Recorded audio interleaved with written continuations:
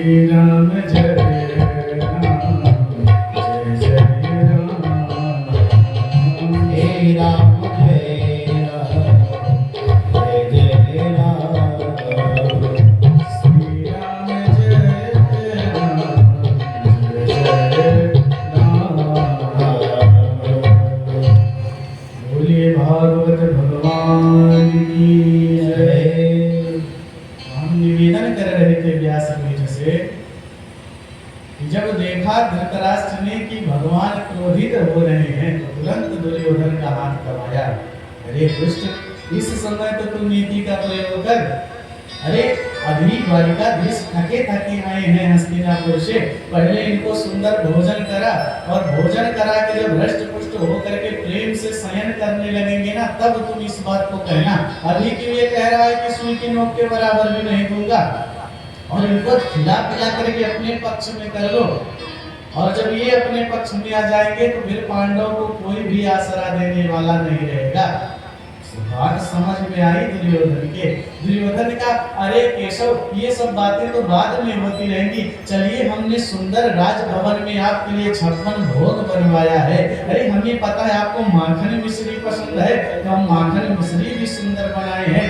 सुंदर 56 भोग का निर्माण, कचौड़ी है, पूरी है, जलेबी है, रबड़ी है। पहले सुंदर भोजन कर लीजिए, उसके बाद हम इन सब चीजों की बातें करेंगे।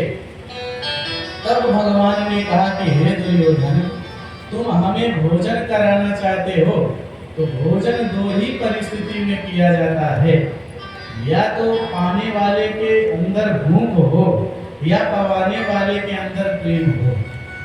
भूख हमें है नहीं, अब तुम्हारे अंदर इतना प्रेम नहीं है कि मैं तुम्हारे यहाँ भोजन कर सकूं।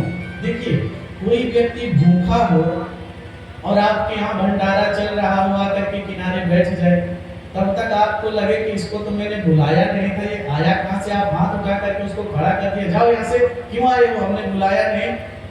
अच्छा, वो जाने लगे उदास होकर, आपको दया आ जाए कि अरे चलो गरीब है, इतने लोग खा ही रहे हैं, वो भी खा लेगा तो क्या चला जाएगा। तो आप बोले अच्छा अच्छा आओ, पंक्ति में नहीं पर किनारे बैठ करके तुम खा लो। तो वो बैठ करके खा लेगा, क्योंकि उसको भूख लगी हुई है। क्षुधा व्याप्त है तो व्यक्ति तिरस्कार प्राप्त करने पर भी भोजन कर लेता है। अथवा खूब सारा प्रसाद पा करके घर से निकलिए और किसी मित्र के घर जाइए और वो कहे भैया भोजन तो करना ही पड़ेगा। अब आप लाख प्रयास करेंगे, भैया अभी अभी घर से खा करके ही निकले हुए हैं, बिल्कुल भी क्षुधा नहीं है, हम कुछ भी नहीं खा सकते हैं, चटनी तक नहीं चाट सकते हैं।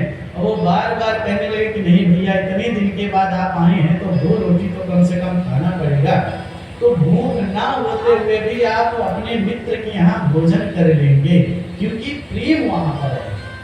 तो भगवान कहते हैं कि अरे दुर्योधन, तुम में प्रेम हो और हम भोजन करें, इतना प्रेम तो तुम्हारे अंदर है नहीं, और हमें इतनी भूख भी नहीं लगी है कि हम तुम्हारे यहाँ भोजन करें। और रही बात भोजन की, तो आज हमारा विदुर काका के यहाँ निमंत्रण है। अरे जब मैं हस्तिनापुर से पत्र लेके चला था ना, उसी समय विदुरानी काकी ने कहा था कि हे कृष्ण, हमारे यहाँ आकर के तुम भोजन करना और कहीं मत करना। अब पीछे खड़े विदुर जी इस बात को सुन रहे थे, मन में सोचने लगे हे भगवान, मैंने इसको कब निमंत्रण दिया, विदुरानी ने मुझे बताया नहीं कि इसको निमंत्रण कब दिया है। और अगर कृष्ण कह रहा है कि मेरा निमंत्रण विदुर काका के यहाँ है, विदुरानी काकी के यहाँ है, तो ये आएगा जरूर, क्योंकि ये बचपन से ही बिना बुलाए जब दूसरे के यहाँ जाके माखन मिश्री खाता था, तो जब ये प्रत्यक्ष कह रहे हैं तो अवश्य आएंगे। विदुर जी तो भागे और बाजार की ओर जाने लगे कि चलो जल्दी चल करके कुछ हम भोजन की ओर ले लें, कुछ सुंदर सुंदर स्वादिष्ट फल ले लें, लड्डू ले लें। और इधर तो विदुर जी गए बाजार की ओर, और इधर कृष्ण जी सभा से निकल करके पहुंच गए विदुर जी की कुटिया में। अब विदुर जी तो थे नहीं कुटिया में, विदुरानी दरवाजा बंद करके स्नान कर रही थी कुटिया के अंदर में। तब तक आवाज लगाई कृष्ण ने, अरे काकी, ओ काकी। रानी स्नान करते करते सुनी कि कोई कुटिया के बाहर हमको बुला रहा है। फिर आवाज ध्यान से सुनी, फिर आवाज आई, काकी, ओ काकी, ऐसे ही दरवाजा बंद रखोगी क्या, अंदर नहीं बुलाओगी हमको। विदुरानी जी ने जैसे ही वह आवाज सुनी, तुरंत भान हो गया कि अरे ये तो मेरा लाला है, मेरा कन्हैया है, अरे हमारे द्वार पे आया है। जैसे भीगा कपड़ा पहनी हुई थी, पटान कपड़ा पहनी आई और दरवाजा खोलिया और श्री कृष्ण को देख करके आंखों में प्रेम के अश्रु को भर करके बोली, आओ कन्हैया, इतना देर कर दी तुमने आने में। और हाथ पकड़ करके कन्हैया का लाई अंदर भी कुटिया में, बोली लाला बैठो। और बैठाएं किसमें, कुछ है ही नहीं। तो गई भागे भागे पीढ़ा लेकर के आई और पीढ़ा लेकर के आई आंगन में रखी, बोले लाला इस पीढ़े पर आप बैठो। जैसे ही कन्हैया बैठने लगे, बोले अरे लाला यहाँ पर मत बैठो, यहाँ पे जमीन ऊंची खाल है, यहाँ पे बैठोगे तो तुम गिर जाओगे। तुरंत पीढ़ा उठा करके दूसरी जगह रखा, लाला यहाँ पर बैठो, ये बहुत अच्छी जगह है। जैसे ही कन्हैया बैठने लगे वैसे ही विदुरानी, अरे लाला यहाँ पे बहुत गंदगी है, यहाँ पे मत बैठो, तुम्हारी ये धवलित देह में बड़ा ही रजकण लग जाएगा, यहाँ पे मत बैठो। तुरंत पीढ़ा उठाया दूसरी जगह पे रखा। जैसे ही कन्हैया बैठने लगे पुनः विदुरानी बोली, अरे लाला यहाँ पे तो मैंने कल से झाड़ू नहीं लगाया है, तो ऐसा कर यहाँ पे बैठ। कन्हैया ने कहा, अरे ताकि मुझे आंगन में नचाती ही रहोगी कि कहीं बैठाओगी भी, अरे मुझे इतनी भूख लगी हुई है, मैं कुछ खाना चाहता हूँ, तुम आंगन में हमको इस प्रकार से घुमा रही हो। तब विदुरानी जी ने बीच आंगन में पीढ़ा को रखा और कहा, कन्हैया आओ इस पर तुम बैठ जाओ। कन्हैया बैठे और बोले, काकी हमें बहुत जोर की भूख लगी है, कुछ हमको खाने के लिए दे दो ना। विदुरानी अंदर में गई, भागे भागे रसोइया में देखा, रसोइया में तो कुछ था ही नहीं खाने के लिए। इधर ढूंढने लगी उधर ढूंढने लगी, परंतु जब कुछ हो तब तो मिलता विदुरानी को।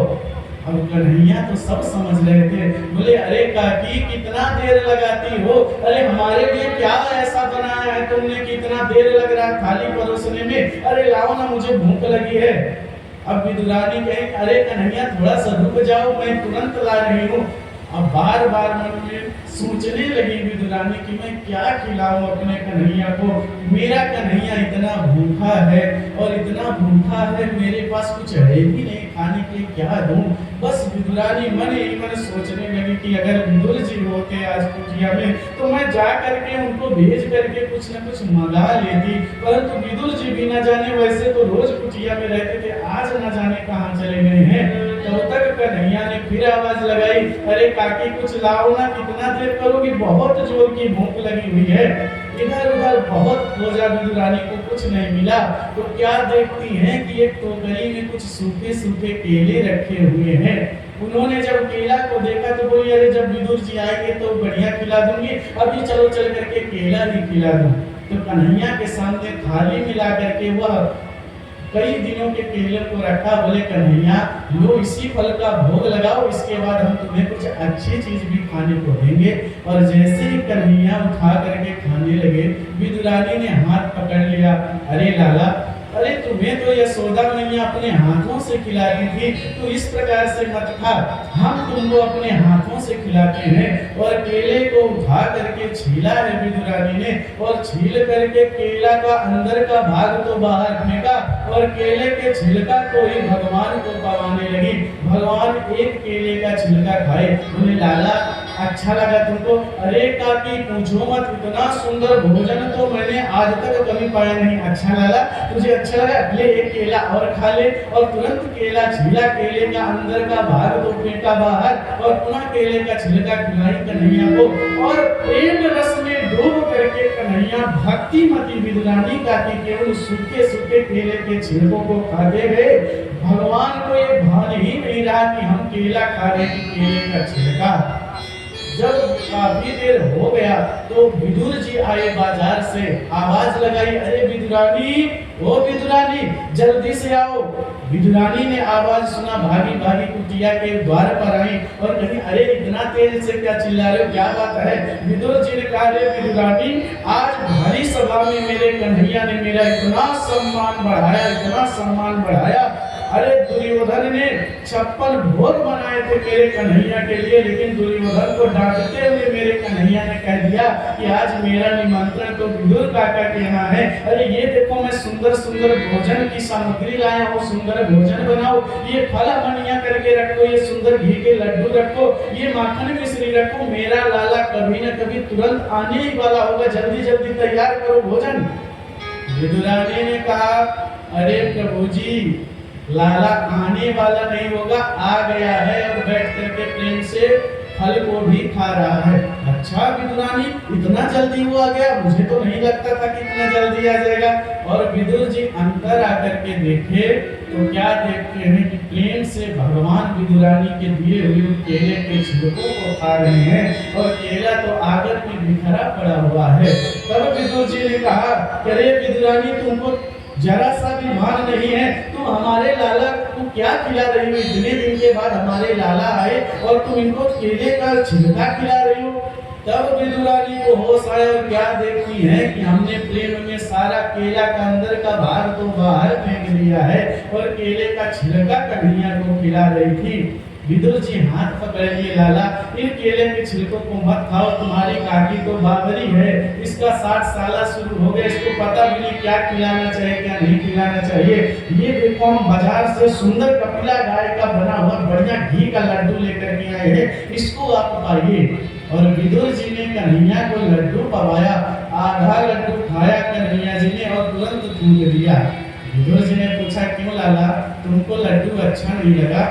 कन्हैया ने कहा कि हे विदुर काका, जो स्वाद विदुरानी काकी के केले के छिलकों में था ना, वह स्वाद घी के लड्डू में भी नहीं है।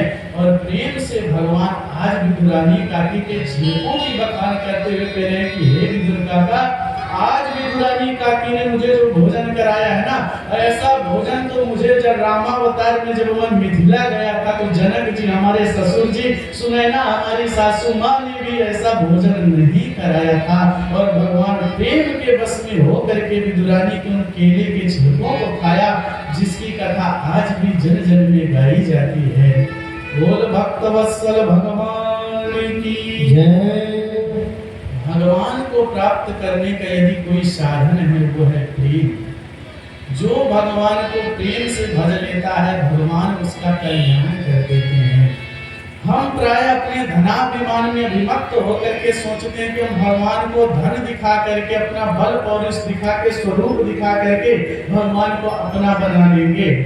परंतु भगवान ज्ञान नहीं देखते, स्वरूप नहीं देखते, भगवान स्वभाव देखते हैं।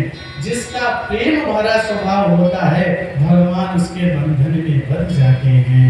जैसे आज विदुरानी काकी के द्वारा केले के छिलके में भगवान बंध गए। प्रेम के बंधन में मोहन बंध गए, प्रेम के बंधन में मोहन बंध गए।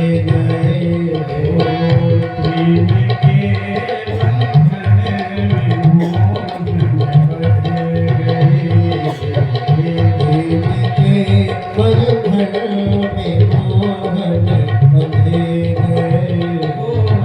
प्रेमियों ने जो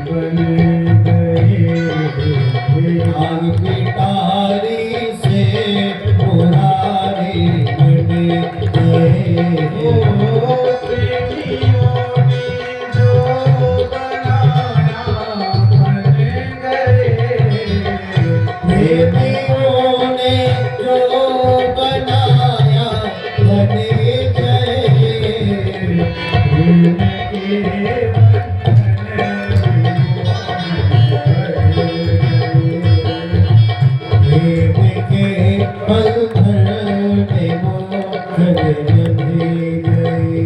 जय हो काली कृष्ण भगवान की जय।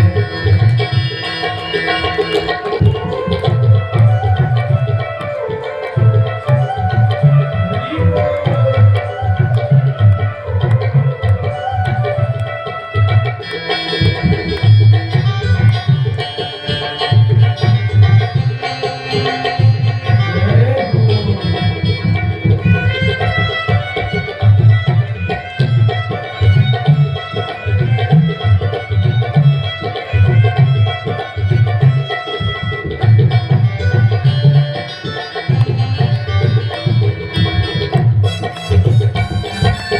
हरि बोल।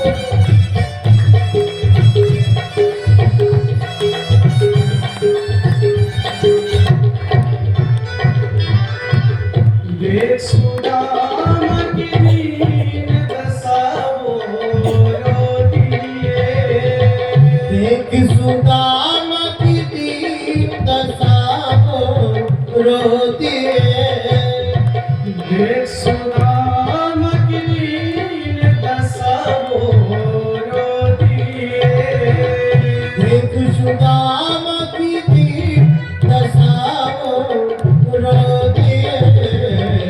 चरण धोकर खुद पुजारी बन गए।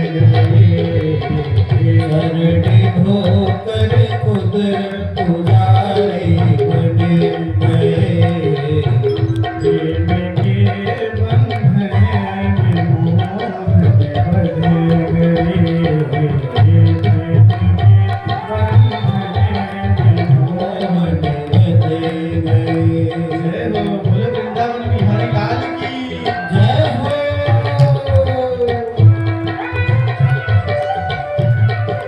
राधे राधे। हरि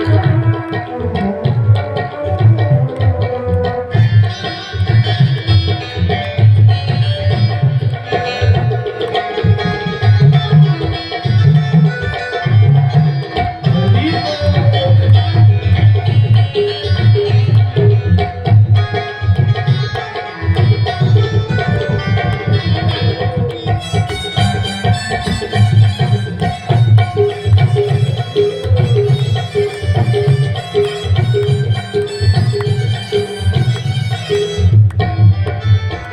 वादा तुलसीदास का पूरा किया। वादा तुलसीदास का पूरा किया।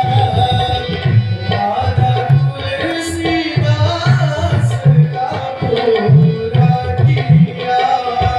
वादा तुलसीदास का पूरा किया। छोड़ बंसी धनुष धारी बने गए। छोड़ बंस धनुष धारे बने